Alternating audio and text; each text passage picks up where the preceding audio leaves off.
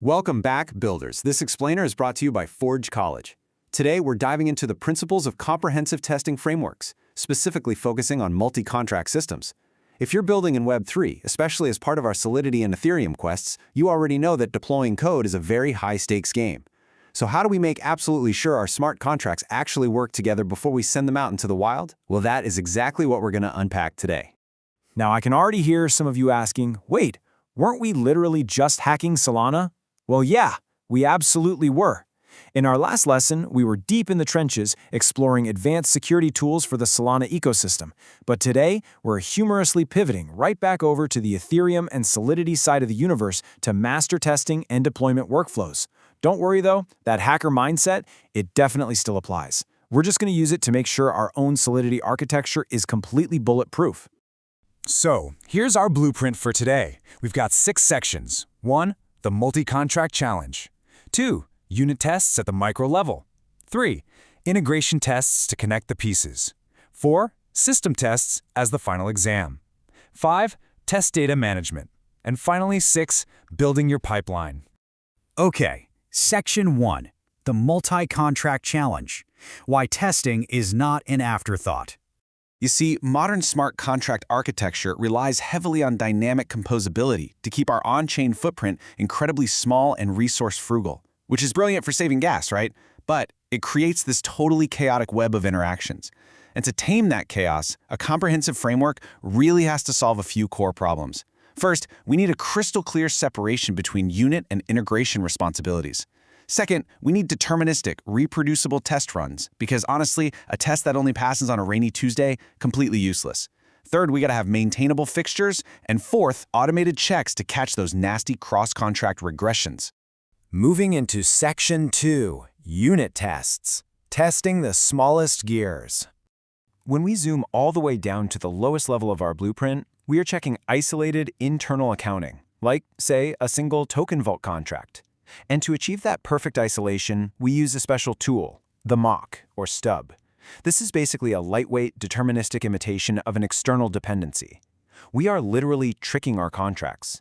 We fake them out so they think they're talking to the real world, which means we don't have to deal with complex, heavy production token economics during a super fast unit test. It just keeps the focus strictly 100% on the logic of that single contract. Now, alongside mocks, we heavily rely on fixtures. Think of things like hard hats before each hooks. A fixture is centralized deployment logic and explicit state seeding. Basically, it creates a pristine, predictable starting environment for every single test. And this is the magic key to preventing those flaky, unpredictable test failures that drive us all crazy. Because every test starts from a cleanly seeded state, your test runs become fully deterministic and, crucially, highly parallelizable. All right, Section 3, Integration Tests. Connecting pieces. When the gears turn, the conveyor belt. So it's time for those individual little gears to actually start turning the conveyor belt. At this stage, we deploy a minimal set of interconnected contracts. Let's say a payment router, a registry, and our token vault. While our unit tests are completely isolated, heavily mocked, and running on literally every commit, our integration tests zoom out. They handle 2 to 4 interconnected contracts at once. They are here to validate routing correctness and state transitions across contract boundaries. And these are absolutely vital because they catch orchestration errors that a perfectly passing unit test would just completely miss. Which brings us to Section 4, System Tests, the final exam, turning on the entire factory. We've tested the gears, we've tested the conveyor belts, and now we are flipping the main power breaker on the entire factory. System tests involve full end-to-end flows, validating proxy upgrades, and running migration scripts directly on mainnet forks. Now look, these tests are computationally expensive. They take a lot of time. But if you don't simulate real-world scenarios right here, one tiny misstep could literally break your entire multi-contract machine on mainnet. So they are your ultimate safety net for major releases. Section 5. Test data management. Keeping the factory floor clean. This actually brings up a really practical question. How on earth do developers manage the data for all these different tests without completely melting their computers? Well, the answer lies in a few golden rules. First up, fixture determinism. Absolutely avoid randomness. You must explicitly seed your state. Second, idempotent setup and teardown.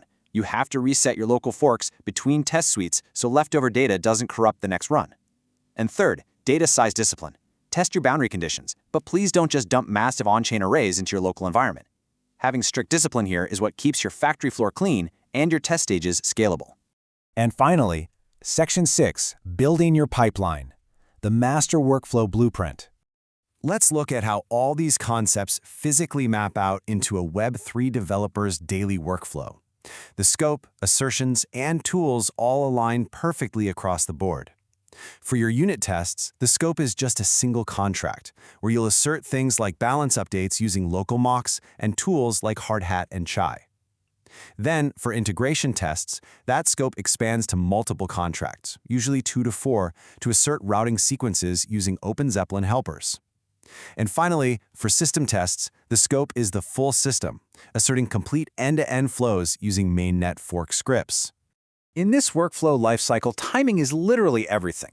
In stage 1, you're running your fast, completely isolated unit tests constantly, like on every single commit. Then, in stage 2, integration tests get triggered on pull requests to ensure that any new code merges safely with the rest. And in stage 3, you run those heavy, computationally expensive system tests, but only as gating pipelines for your major releases. It is the absolute perfect balance of computing cost and code coverage. So I'm going to leave you with a bit of a provocative question to chew on. Now that you have this blueprint for testing multi-contract systems, how are you going to automate the sequencing, the parallelization, and the environment provisioning of this massive workflow? Because that is exactly what you need to figure out next as we continue through our comprehensive workflow for testing and deployment. I really hope this explainer gave you a crystal clear understanding of these frameworks. To dive way deeper into this subject, learn how to build out that automation, and explore plenty of other amazing Web3 topics, be sure to visit us at forge.college. This explainer was proudly made by Forge College. Thanks so much for joining me today, and keep building.